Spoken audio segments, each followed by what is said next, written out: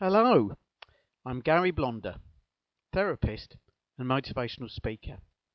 And in this recording, I want to talk to you about keeping your mind in the right place when it seems impossible. I'd like to help you answer a question that burns in most of our minds at some point. Why can't things ever go smoothly? Why does it have to be that it's us here and everything else out there? And it has to be tamed and defeated and all organised. And why, when you're trying to do all that, don't things and people do what they're supposed to? In short, why does there have to be so much overwhelming frustration? You may be shocked if I suggested that the answer might be because of you. If your life seems jam-packed with overwhelming obstacles, it might surprise you if I suggested that maybe you're creating them. However, though you may be responsible for it, I'm not saying you're to blame. You would not be convicted for it in a court of law, because you don't realise you're doing it. It's not that you're incompetent. It's not that you're wicked. It's not that you're disorganised. You are doing the best job that you know how to do, I'm sure. You are only doing, to the best of your ability, what you have learned how to do. Now, at least some of you at this point will be thinking, hang on, it's not my fault that bad people or the unforeseen came into my life and messed things up. And the answer to that point is that no person or event can deflect you from your objective. They can only at best change the route. It's your response to your circumstances, and not the circumstances themselves, that shape your destiny. Your circumstances tomorrow depend on how you're reacting to today's situation. Let me explain how that works. Everything we know how to do in our business, in our lives, in our relationships, we learn them through a combination of communicated ideas. Other people have told us things, showed us how to do things, and we've had our own personal experiences as well. And from this combination of indoctrination, teaching, and personal experience, we have drawn certain conclusions as to how it is, how it works, and the best thing to do in the circumstances. This is called learning and experience, and it happens to us all throughout life. This would all be fine and dandy if we always learned the right thing and drew the right conclusion. Unfortunately, we don't. Sometimes what we get told fits the facts, so we assume it's correct.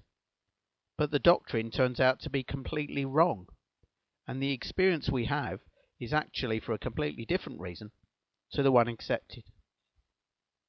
For example, in the Middle Ages, it was clear to everyone that the earth was flat.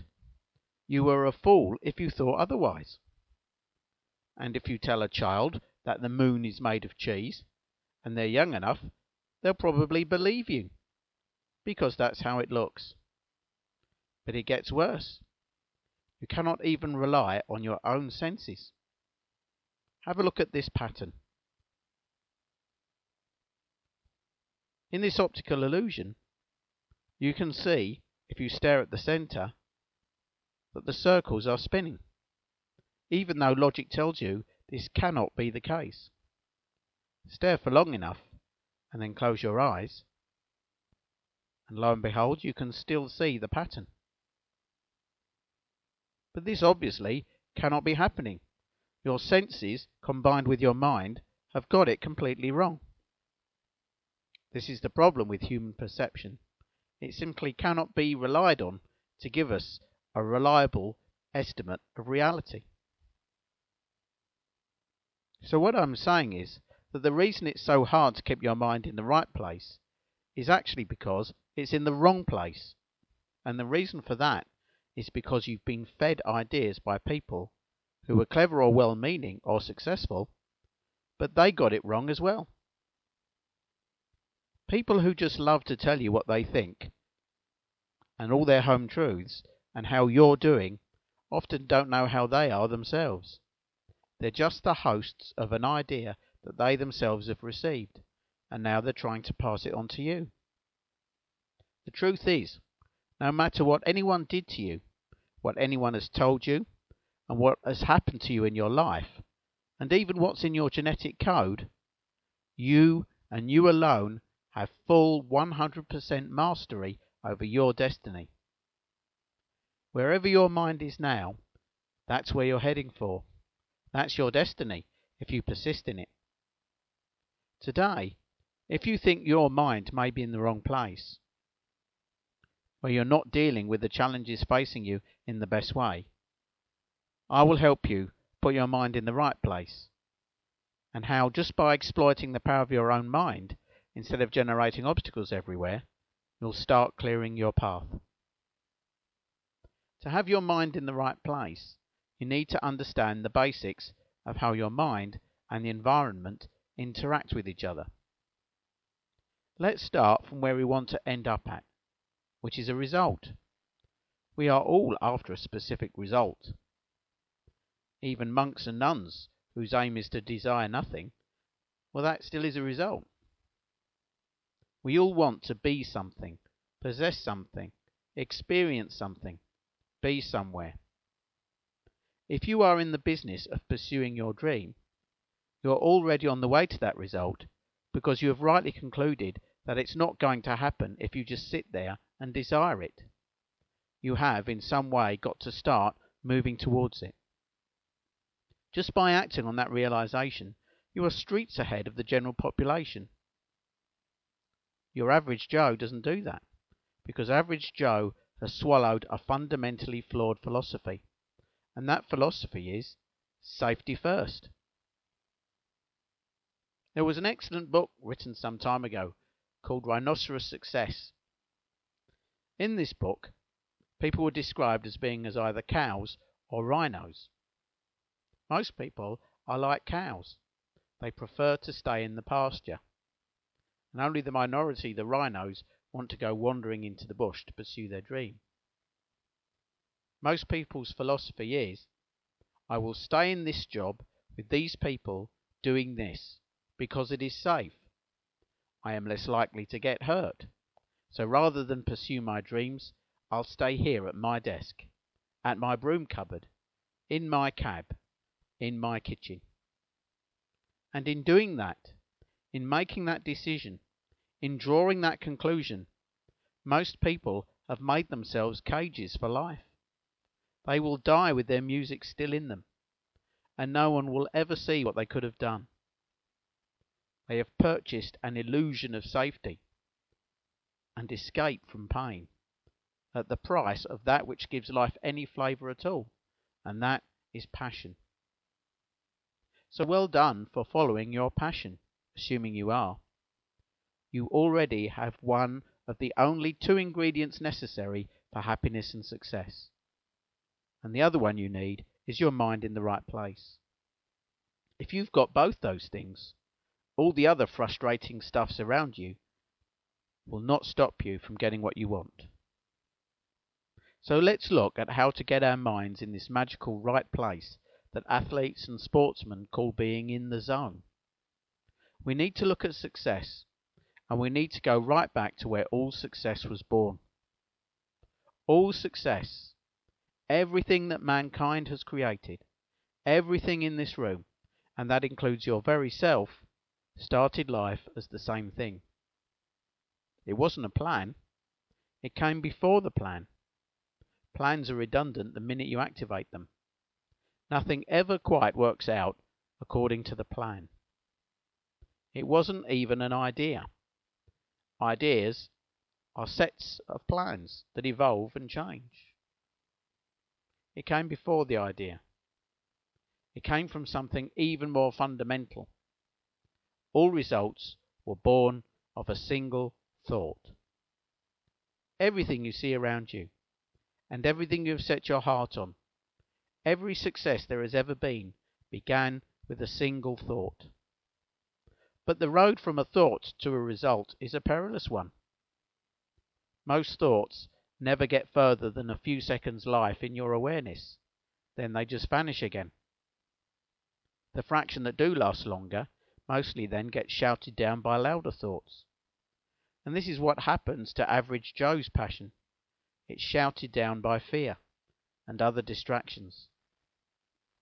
The surviving thoughts that refuse to be shouted down are the ones that turn into reality, so long as they're fed. So how exactly do you feed a thought, you may ask? Now we are really getting down to the crux of keeping your mind in the right place. The bottom line of your destiny, the power source behind all thought, the quality that will determine fulfillment or frustration, is a quality so familiar that it's not surprising that so many people don't recognize its power. It is simply your attention. It is that on which you focus, your concentration. It is on which thought you are mentally listening to that determines the whole of your destiny. Let me show you how this works with an analogy. If you are blessed with good vision, two eyes that are working properly, you will have a 270-degree field of vision. However, just because something is in your field of vision doesn't mean you can properly see it, because most of it is out of focus. Your subconscious mind does two things with this fuzzy, blurry information. Firstly, it compares it with its database and then draws a conclusion, based not on what's really there, but what it thinks is there, based on experience. Camouflage depends on this principle to work. Something camouflaged looks like its surroundings. So an insect says, "That's a twig," when really it's a praying mantis. Or a wildebeest thinks, "That's a log," when it's actually a crocodile. And that's how these predators get their dinner. Dinner comes to them because dinner thinks it's safe, when it wasn't. Now, of that 270-degree field, most of which your mind is determining by itself what's in it, based on very dodgy information, you can actually only really look at just 2 degrees. Only 2 degrees can be seen in focus in 3 dimensions. It's only that tiny fraction of everything out there of which you can truly see. And even then, you can't always trust your eyes, as we've already seen. Now, your thinking works in a very similar way to your eyes. Your subconscious mind is like a permanently erupting volcano, constantly throwing thousands of thoughts into your awareness every single moment. A lot of these thoughts appear and disappear so fast, you're not even aware you thought them. The remainder that hang around for long enough are registered in your awareness. You're aware that you're thinking them. And a lot of these thoughts are nonsense or completely useless. How would an elephant with 5 legs avoid falling over? What colour will my wee-wee be today? Wing wang woo, bish bash bosh, and so on. If you're aware of some of these random meaningless thoughts, and you've been worrying about it that you're mad, don't worry. We all have these nonsense thoughts. We've no conscious control over the thoughts that erupt into our awareness, any more than we can stop a volcano erupting. In themselves, they can't harm us. Now, just like the fuzzy 268-degree field of fuzzy vision, your subconscious weaves all this thought stuff into a background, and the background sends out one single message. And the message is, don't worry about it. It's there, but it's not important, so ignore it. Now that leaves about 1% of our thought, and those thoughts will affect our entire destiny, because those thoughts have your attention. Your attention is the mechanism in your brain that takes the raw material of thought and turns it into action. And from action comes consequences. And from consequences comes your destiny. It's your attention that is right now, in this moment, and in every moment, determining your destiny. Let's have a look at how your attention has ended up such a crucial factor. You have a brain, which is a bit like a computer. It is the hardware within which you experience everything. This hardware is run by a very sophisticated suite of software that contains literally thousands of programs. Collectively, this suite of programs is called the mind. The mind makes Windows 7 look like Pac-Man. It is almost unbelievably sophisticated, a marvel of evolution. But like Windows 7, it is not flawless. Its biggest flaw is that its default settings are hopelessly out of date. What it's inclined to do, without an intervention by you, is to behave like you're living in a tribe on the African savannah. Why does it do that? Because at that point in human evolution, human beings developed an ability that's never been seen before in any other animal. We can imagine. We can foresee possibilities. If I did that, I could do this. No other creature has that ability. They can learn, but they only discover by accident. They can't think out of the box. We can. That means we can develop new and better ways of doing things at a phenomenal speed. As a result, we've gone from picking berries to the World Wide Web in a few millennia, which is a fraction of an eye blink in evolution. If you compressed all of evolution into 24 hours, we've gone from beads to laptops in approximately 5 seconds. Of course, in many ways that's great, but it also means that the civilization we have created is now completely at odds with our primitive tribal instincts, which leads to all manner of grief.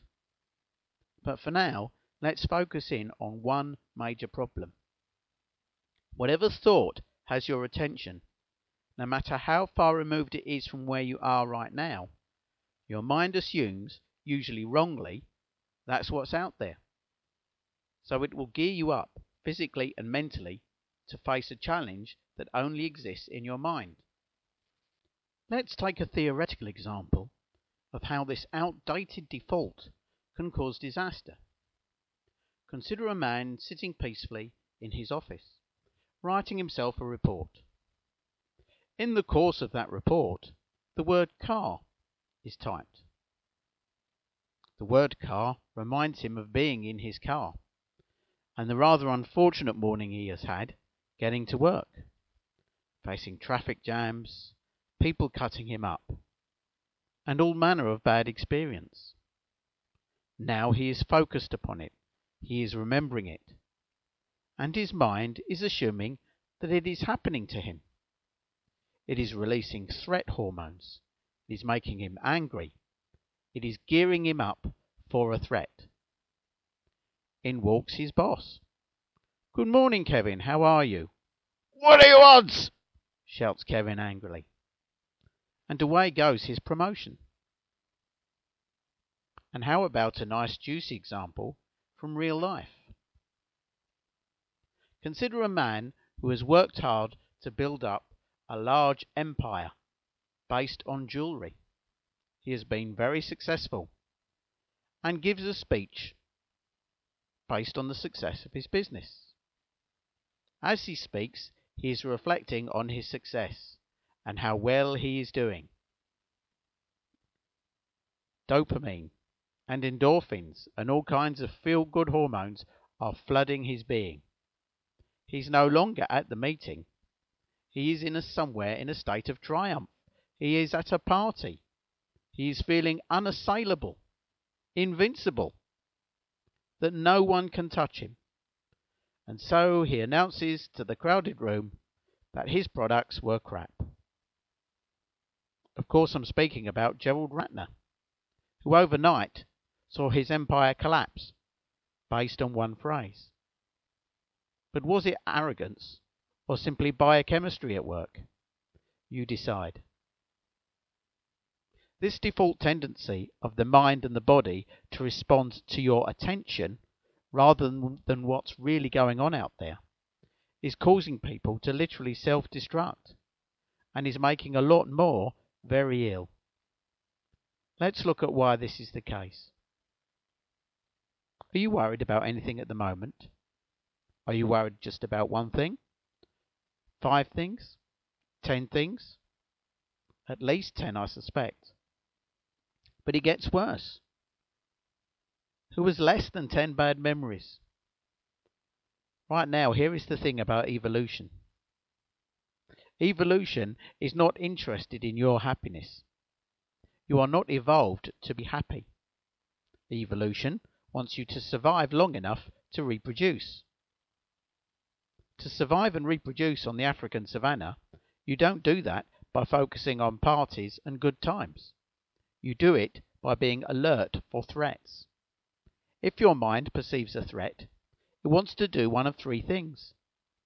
If it thinks you can take it on, it wants you to kill it. If it's too big, it wants you to run away. If you can't kill it or get away, last resort, freeze and hope it doesn't notice you. This is a brilliant strategy for the African savannah, where you face one threat at a time with breaks in between. It's not so handy in the office on a Wednesday morning. If your boss is angry with you, you can't kill him, you can't run away, and it's not acceptable just to freeze. And so the result is, you just become stressed. And with so many worries facing us, it means that we're in permanent threat mode. That means that resources in our body are uneven, imbalanced, and distributed to the wrong places. Certain body systems get neglected and start to run down, and we become ill. Can I suggest that you cannot therefore live by default thinking if you want to be happy and successful? If you allow your attention to drift naturally onto whatever it likes, the chances are you are in for an unhappy life, or at best a life harder than it has to be, because your attention will lock on to everything that's wrong. You won't reach your potential. You won't get the results you are capable of, unless you learn to focus your attention on the right thoughts, and thereby keep your mind in the right place. It is beyond me why they don't teach positive thinking as a subject in school, because there's not much point being highly educated if you're stressed and depressed. Depressed people, embittered victim mentality people, won't get results in any aspects of their life. But when you learn to focus your mind, when you harness your attention to your intention, you are capable of spectacular results. Results being what you want for your life, not necessarily what others think your life should be. If you are prepared to take full responsibility for your happiness, if you can cast off the blame and victim mentality, that's an excellent start. There are no true victims. No matter what anyone has done to you, no matter how awful, nothing is standing in your way. What will stand in your way is giving all the memories of your abuse all your attention all the time. By putting your mind in the right place, by harnessing your attention to your intention, you can start to change right now. Here is the good thing about your attention. You have complete control over it. It's like breathing. If you ignore your breathing will carry on by itself, so you can get on with other things. However, you can override this mechanism with conscious effort, and if you want to, you can breathe any way you like. I don't need to tell you to breathe, but I can ask you to take a deep breath in, and you can. Your attention is the same. You can spend all day allowing your thoughts to be driven automatically. In fact, that's the norm. Unfortunately, default for attention tends to lock on to the unhelpful, like anger, frustration, fear, disappointment, because it's in default mode, programmed by evolution to look for a threat. And in the very unlikely event when there isn't one, it looks for sex. Consider Tiger Woods, Ashley Young, Paris Hilton, Harriet Harman's husband. People completely financially secure. What did they look for instead? I rest my case. The vast majority of people alive right now are in default attention mode, driven by fear, anger, disappointment. And because they don't know the way out, they look for distractions instead. They do what they like at weekends and then go back to misery on a Monday. It doesn't have to be that way. The way out of all this has been known for thousands of years. Of course, this begs the question, if mankind has known techniques for managing the mind for millennia, why is mankind still so violent and neurotic? Why aren't there more people out there practicing sound mind management? And the answer to that is that a lot of these techniques have been tied up with mysticism, spirituality and religion. And it generally all used to come as a package. If you wanted to learn stillness and mind management, you had to sign up with the local priest, the abbot, the shaman, the guru, the imam, or whoever, and practice their faith, which is okay if you're that way inclined. Not so appealing if you're not. But now you're fortunate enough to be around at the time of the information revolution. Thanks to the information revolution, knowledge is no longer in the hands of the chosen few. Now you don't have to go to India or Tibet and get a maroon robe or a red spot on your forehead if you don't want to. You can learn sound mind management technique without signing up for any kind of faith at all. Now we can all learn the ancient techniques of mind and thought discipline. And the most important discipline, the one that will keep your mind in the right place, is the discipline of mindfulness. It's no coincidence that every major religious, spiritual or philosophical work contains the word mindful. It is a universally recognized quality. And with this discipline, there's no mountain you cannot climb. Mindfulness can be described as the discipline of attention management, being aware of where your attention is and holding it on the optimum thought for this moment. Mindfulness is attention management of the mind. Learn mindfulness, and your life and your business will be in the Premier League of happiness and success.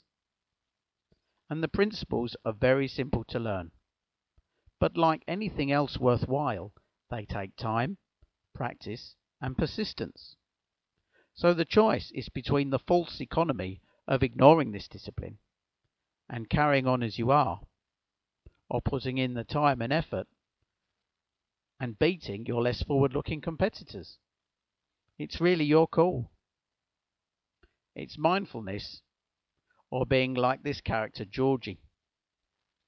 He used to be my hero, but I have since learned mindfulness and a better way of looking at life. So assuming you are a bit fed up with not coping, or not thinking straight, or being permanently fed up and overwhelmed, being like my friend Georgie, I strongly recommend that you learn the principles of mindfulness. This is the first principle of mindfulness. Whatever has your attention has your life. As we have seen, due to evolution not keeping up with civilization, your mind does not respond to what's there. It responds to what has your attention. If your attention is on everyone who doesn't do what they should, your mind and body will gear itself up for that threat. You will think and act and behave like the threat is there in front of you, even when it isn't. And you will cause all manner of harm to your body, your mind, your health, your relationships, and your life. Consider being in a traffic jam. Many people stuck in a traffic jam instantly think, I am going to be late. Start thinking about all the things that will go wrong as a consequence of them being late, even though they don't know this for sure. They get wound up, frustrated, and less able to perform when they get to work. But a minority see a traffic jam as an opportunity to be still, to be quiet, to make a call, to get on with something else. Their attention has been put in a better place. The second principle of mindfulness is that thoughts create futures. You are, or will be, what you think. I know this. I have learned it the hard way. And now I am extremely careful what I think, because I know that with every thought I'm thinking, I'm creating my future. And where I am now is the direct result of everything I have thought. Not only do my thoughts determine my performance in the present, then they're carving out my future. How does that work? Well, when you're in a business or job that isn't right for you, you're in a situation you don't want. You may feel surrounded by idiots, whatever the situation is. If you decide to soldier on in that place despite hating it, you've just doomed yourself. If you always do what you've always done, you'll always get what you've always got. If you're thinking, I'm trapped, then you're actually creating the trap yourself. If you are thinking, I want to be doing X, Y, Z, and you're thinking about doing it, imagining it 24/7, guess what? You are heading for that future. When Kate Winslet received her Oscar, she said, "When I was a little girl, I used to hold my hairbrush in front of the mirror and imagine it was an Oscar. And what I'm holding is not a hairbrush anymore." So you see, if you think it won't happen, you're right. If you think you will, you're right again. Every single thought that you have is nudging you in a direction. Of course, if your thoughts are confused and varied and mixed up, you'll end up going nowhere. If your thoughts are negative, your life is heading to a negative place. So ask yourself, what are you thinking now? Because your life is now going down the direction of that thought. The third principle of mindfulness is, a calm mind is a happy mind. It's all very well trying to give your attention to the positive, to your objective. But if you do not learn how to calm your mind right down, you will find negative thoughts positively screaming at you for your attention. And they're pretty hard to ignore. You will not be able to benefit from the first two principles unless you employ the third. You must learn to calm your mind and be in a calm environment, so you can then walk into challenging situations prepared. A wise man once said that all man's problems stem from the fact that he cannot sit quietly in a room on his own for half an hour. By far the best technique of learning to calm the mind is meditation. But people are often put off by that word because of the spiritual mumbo-jumbo connotations that some people connect it with. In the 1930s, a German psychiatrist called Johann Schultz recognized this problem. So he invented his own term and his own way of doing it, and he called it autogenic training. It's a sort of cross between self-hypnosis and meditation. Now, his technique is excellent, but unfortunately, it was also sympathetic to the Nazis and supported euthanasia of the mentally handicapped.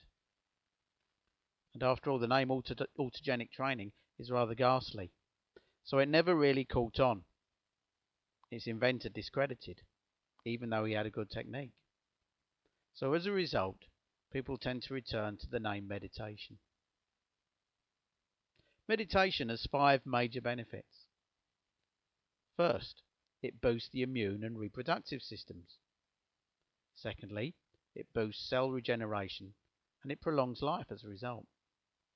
Third, it promotes clear thinking, the ability to see things in perspective and to think out of the box. Fourth, it strengthens concentration, your ability to keep your mind where you want to keep it. And fifth, you will sleep better and as a result work better and be refreshed. At first, your thoughts will seem to scream you're doing nothing.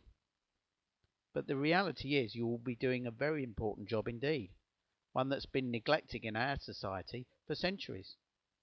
You are resting, repairing, regenerating mind and body, just as our ancestors in the African savannah did, staring into the campfire at the end of an evening. They were effectively meditating, resting mind and body. And the great thing is, you don't need to do a lot of it. Just one 15 session every day in the morning, and if possible, one in the evening. If you gave meditation the same priority as washing, you will find your life transformed. Meditation can be addictive in time. You feel cranky if you haven't had your daily session. Meditation is very simple. Simply sit quietly and put your attention on the sound and feel of your own breathing. Simply follow your breathing, the sound of your diaphragm rising and falling. And that's it. Some people like to add a mantra, something to focus on, such as I'm feeling refreshed or I'm getting better and better. It doesn't really matter. It's so simple. And so, why aren't more people doing it? Well, they're not doing it firstly because they don't know what they're missing. No one's taught them. And the second reason is the prevailing paradigm. A paradigm is an unquestioned underlying belief that's universally subscribed to. And the paradigm of Western culture is also known as the Christian work ethic. It says, if you're not doing something or having something being done to you, you're wasting your time. But those who swallow this lie, because that's what it is, will go on living less than their potential, because their minds will never be able to run at peak performance. They're simply not resting it enough. If you want to keep your mind in the right place, when it seems seemingly impossible, if you want to increase your chances of happiness and success, if you want to get results and stay ahead of the competition, if you want your mind to be at the peak of performance, then you need to take advantage of this wisdom. This wisdom used to involve travelling thousands of miles and sitting cross-legged on a mountain for months or years. But now it can be simply and easily blended into your life. So remember the 3 principles of mindfulness. Firstly, whatever has your attention has your life. Second principle, your thoughts create your future. You are or will be what you are thinking. And third principle, a calm mind is a happy mind. Learn to calm your mind through the discipline of meditation. Once in the morning, and if you can, in the evening as well. I'd like to finish with a little story known as the parable of the lost key. Jack and George were good friends, and one night they went to the local pub and had rather a lot of beer. Now Jack tends to hold his liquor quite well, but George, unfortunately, is something of a lightweight and got rather trolleyed. And so, faithful friend Jack helped George to stagger to his house, and then Jack made his way to his own house a few doors down. When he got home, Jack decided that he needed to put the bin out because the collection was tomorrow, and if he got up in the morning he would probably forget or get up too late. So there he was with his wheelie, and he went out into the street. He looked down the street to see his mate George stumbling around in the street. Jack was slightly surprised by this, having helped him to the door earlier. So he went back down the road to see George. George was obviously quite distressed. "What's the matter, George, mate?" Jack asked. "I can't find my keys," pleaded George. "That's a bit odd. I'm sure I saw you go through the front door," said Jack. "I did. I dropped my keys inside." "Well, if you drop your keys inside, Why are you looking for them here in the street? Because it's dark in there. I can't see anything. I thought I could see better out here, said George, in his drunken state. Most people in life actually act like George. Because they don't really know how to look inside themselves, they look for the key to their life on the outside, where they can actually see and understand.